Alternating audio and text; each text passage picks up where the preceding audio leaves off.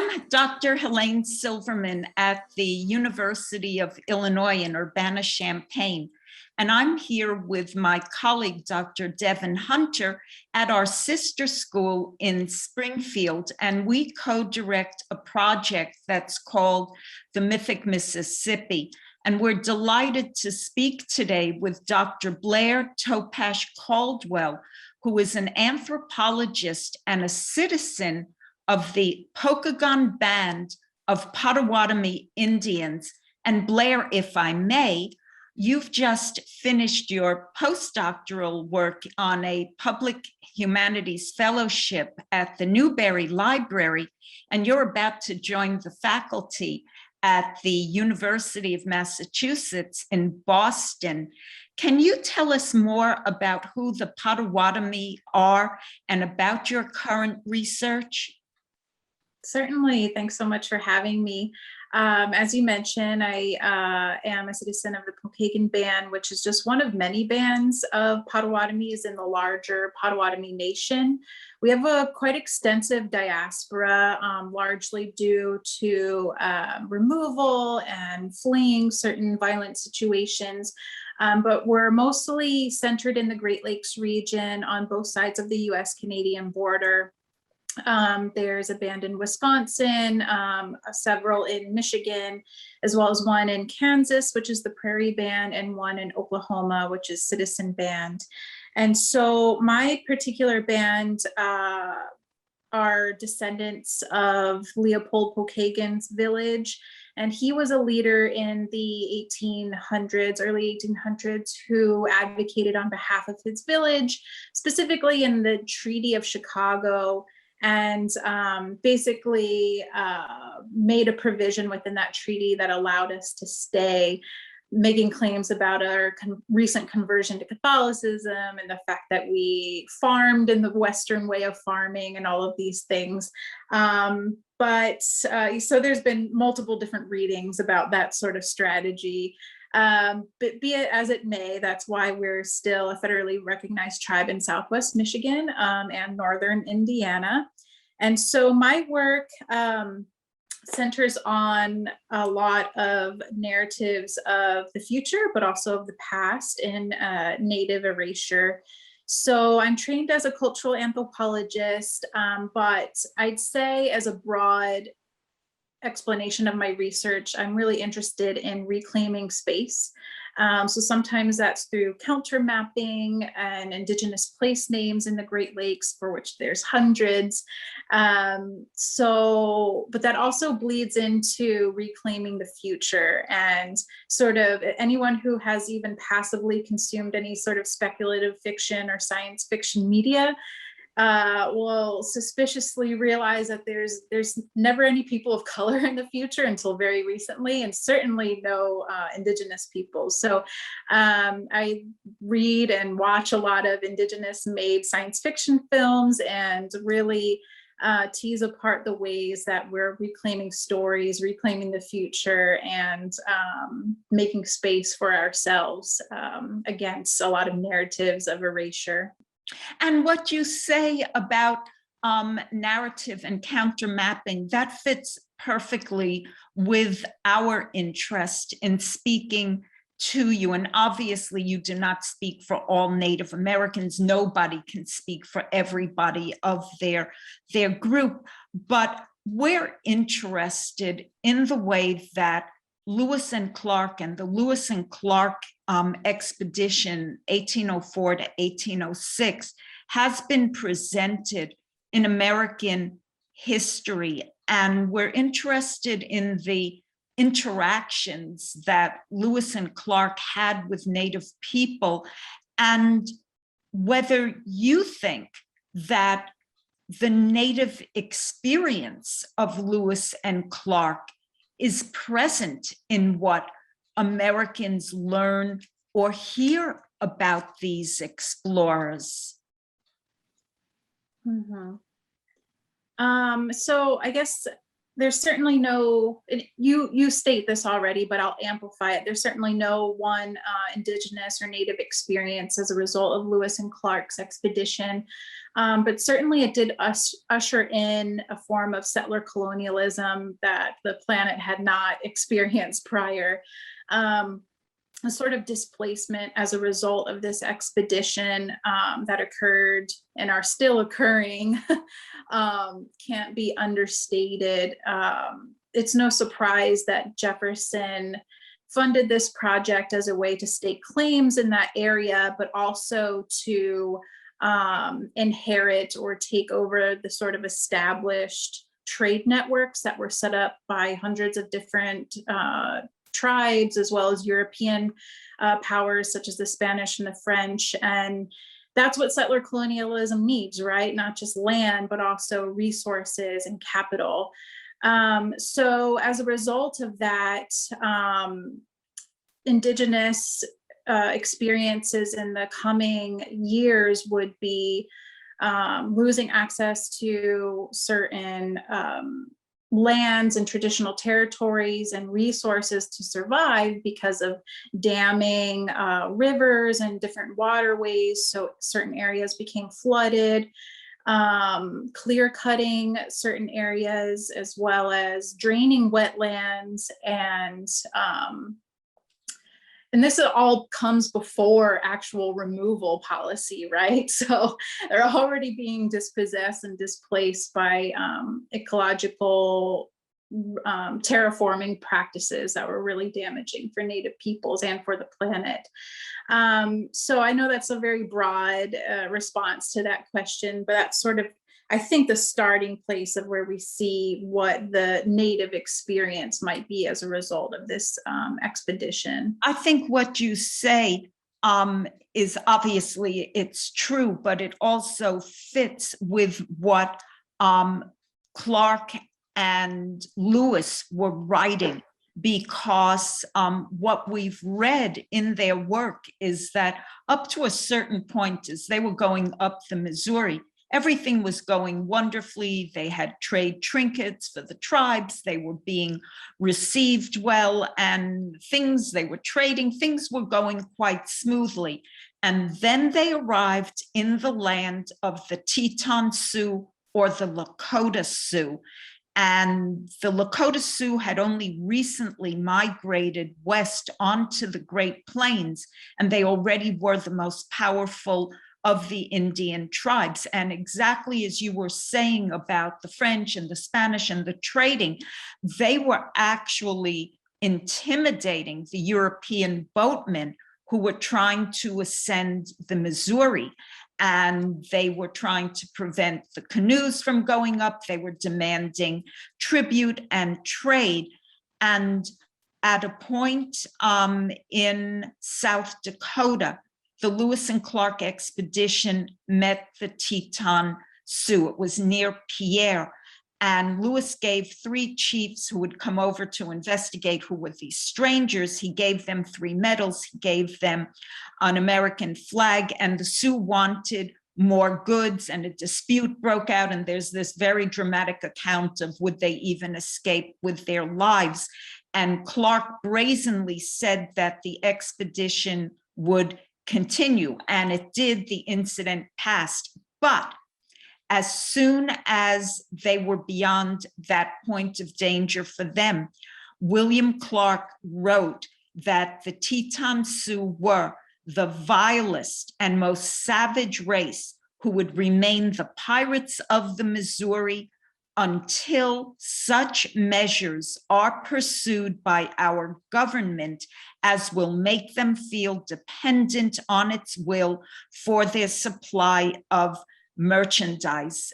And at that moment and in that place, do you think that the fate of Native American people of what became the United States, was their fate sealed? There's a much different way to see this encounter if you look at it from a larger context. There's this incorrect and indeed racist assumption that all of the tribes that Lewis and Clark encountered or came across that they were these bounded entities with their own sort of insular politics and culture. And don't get me wrong, indigenous peoples throughout North America, we're very diverse. We have hundreds of different languages and ways of relating to the world and understanding our place within it. But the issue with Lewis and Clark and their limited assumption about Native peoples, including the Lakota folks who they came across in this instance, is that they refuse to see them as a people that have vast social networks with other tribal groups. And so they also refuse to see them as a people with a history and even a history with other European peoples. This wasn't the first time they came upon white men.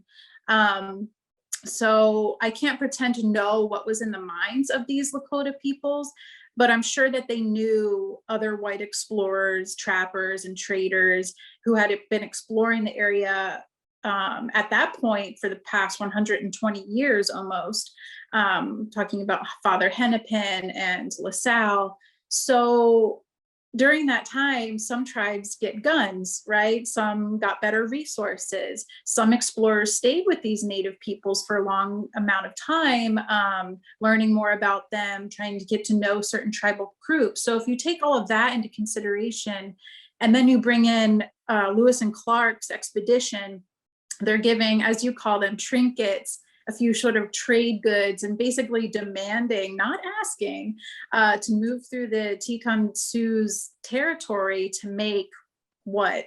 Trade with other Native groups, maybe even give guns, horses, or other things to possibly even some of the Lakota's enemies. These might be some assumptions that are going through the minds of some of these chiefs. So it's actually quite surprising that Lewis and Clark weren't killed in that moment. This sort of brazen assumption that they could pass through this area without entering into this really important gift exchange economy that had already been established there, either directly or peripherally through the French presence in the Great Lakes area. So there's this idea that we're going to see these Lakota folks as these pirates of the waterways, when really the Lakota might have seen Lewis and Clark as sort of being pirates, or at the very least trespassers, and really rude ones to boot.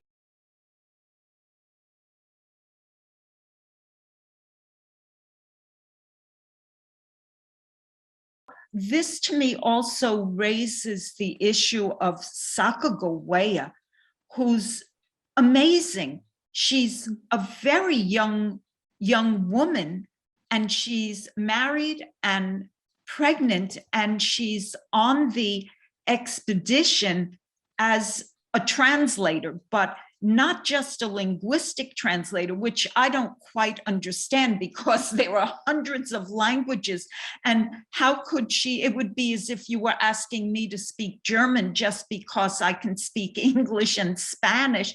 But also, it seems to be that she's in this really fascinating cultural intermediary, interlocutor role of somehow having a sense of what Native as opposed to European society is like, or who means what they mean when they speak.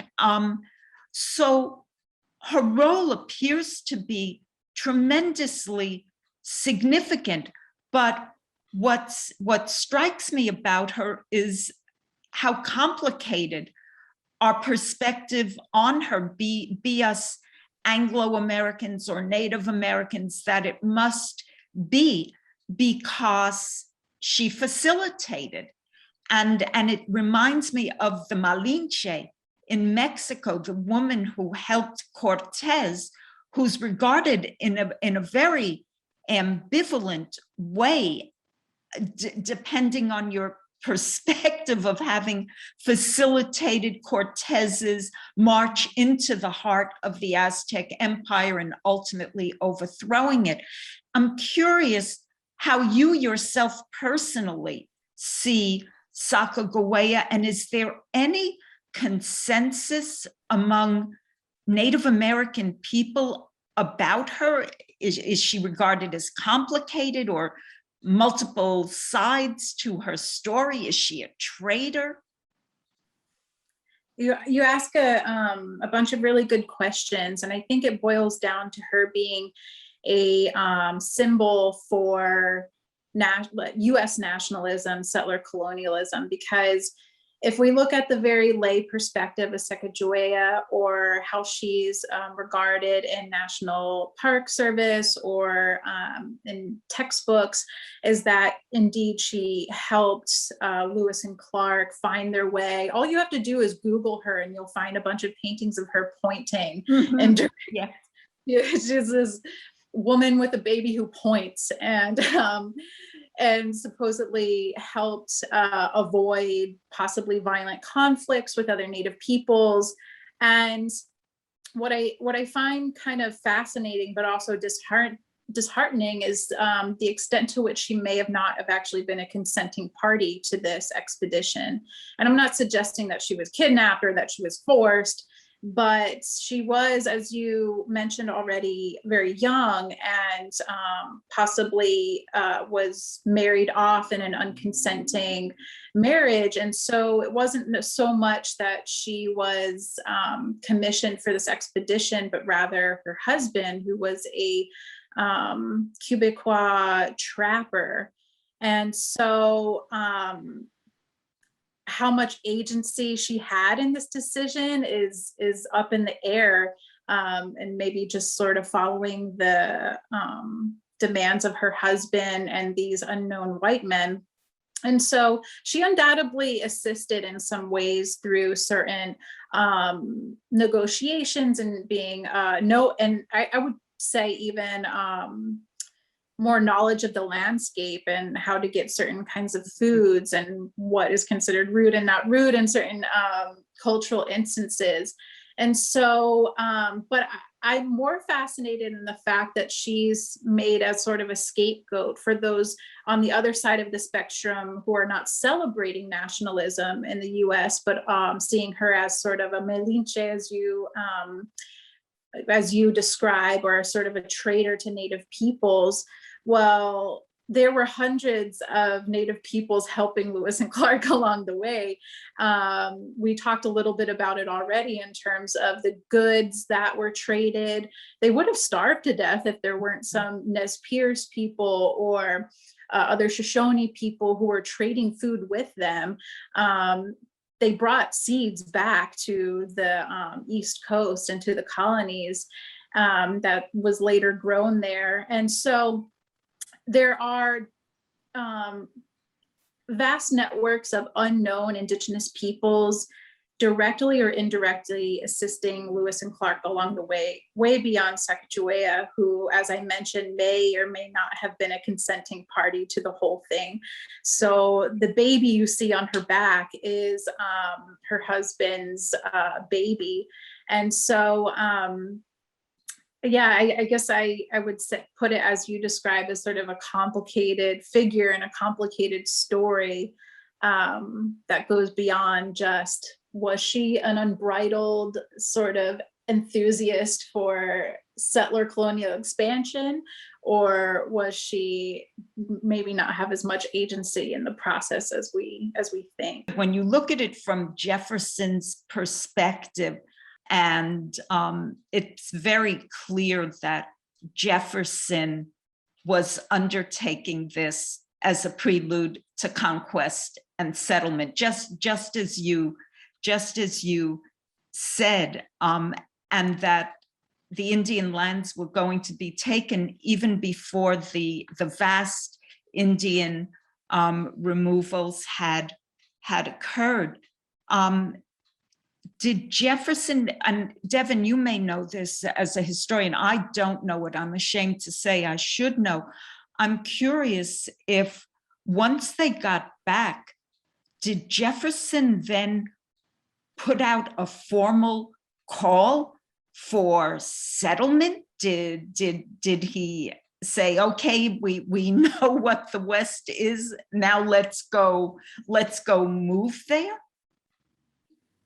So from my understanding, as a federally funded campaign to gain access to international trade networks, as well as establish a presence on the West Coast, it seemed that Jefferson was more eager to get the scientific data that Lewis and Clark obtained published, to sort of stake a scientific and political claim to that unclaimed territory. The tremendous knowledge that was gained there, but that's also knowledge that can be used subsequently to facilitate settlement, the ethnography, as it were, about the Indians, or that there weren't mammoths running around the plains, that they were extinct. I mean, all of that knowledge must have then subsequently been helpful for an Anglo-American settlement on native territory. As the Lewis and Clark expedition was winding down, it's just coming into the era of what would become the War of 1812, which would have major implications for tribes in the Midwest, obviously. So it's almost as if maybe the 1812 conflict interrupts some of that further Western migration of Americans. But I mean, it's a fascinating thing to consider, like to what degree the interactions that Lewis and Clark and Jefferson and everyone else had with Native Americans in places like the Southeast and in the Midwest, how that influenced them going further west.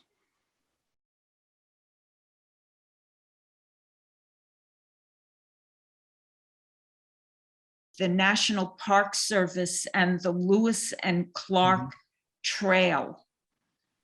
Yeah, I suppose I have a couple of questions about recent and ongoing commemorations and what that tells us about society today. And I was really interested in how you introduced your work about reclaiming space and how that's connected to reclaiming narratives and claiming the future, which is one of the things that commemoration does, for better or worse, in good ways and bad ways. So the obviously the National Park Service is very invested in the Lewis and Clark story. It's a national trail. It's interpreted at different national park units throughout the West and the Midwest. I mean, in St. Louis, they redid the Arch National Park. I haven't been down there since they've redone the museum, but it is said to interpret the Lewis and Clark expedition and westward expansion in a new, more sensitive, appropriate way. And then, of course, going west with the trail extending all the way to Oregon, there's all kinds of opportunities for the National Park Service to experiment and revise. The bicentennial, almost 20 years ago now, was a major opportunity to do some of that work, and I think that was partially done. And then the National Park Service's ongoing efforts to more appropriately engage tribal nations. I mean, with the Secretary of Interior now, obviously the big story, but going back to things like the Sand Creek National Park in Colorado, which was kind of a messy effort to work with tribes and local people and all that type of thing, and the different debates over massacre versus battle. So I wonder if you have any perspective or insight on the more recent ways that the official commemoration, kind of the Western Anglo style represented by the national park and major historic sites, have tried to work with Native Americans for whether it's panned out or not, and what some of those trends might look like. I'm sure there have been some sort of movements either against it or wanting to really add more complexity to the stories that are told. Certainly that has happened, but I'd say we take a different approach to narrating the history. And we focus more on educating our youth on our history, revitalizing our languages, participating in ceremonies that were illegal until 1978. We have a lot of work to do. And so there are fractions within tribes that put their time and their energy towards those projects. There are activists within our communities that put their expertise and energy into protesting certain problematic statues and things like that. And I do believe there's a ton of potential within these Park Service exhibitions, programming, and sort of docent presentations that could really leverage the power of National Park Service in order to include those other voices.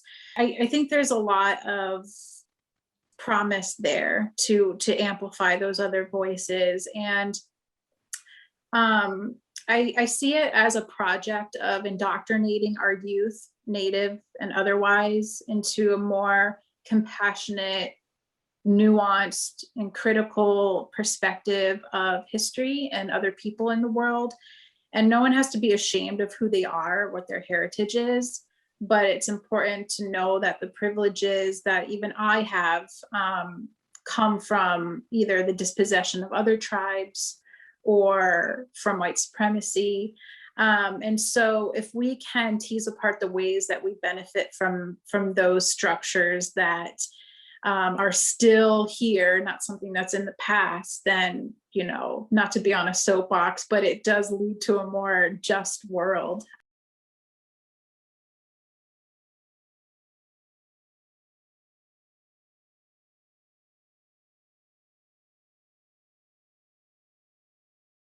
Especially, you mentioned this idea of checking the boxes, or, you know, what, especially among academics who view themselves as mostly liberal and well-meaning, if they don't really know or have been exposed to, you know, proper ways of really going about this type of work, it can be counterproductive.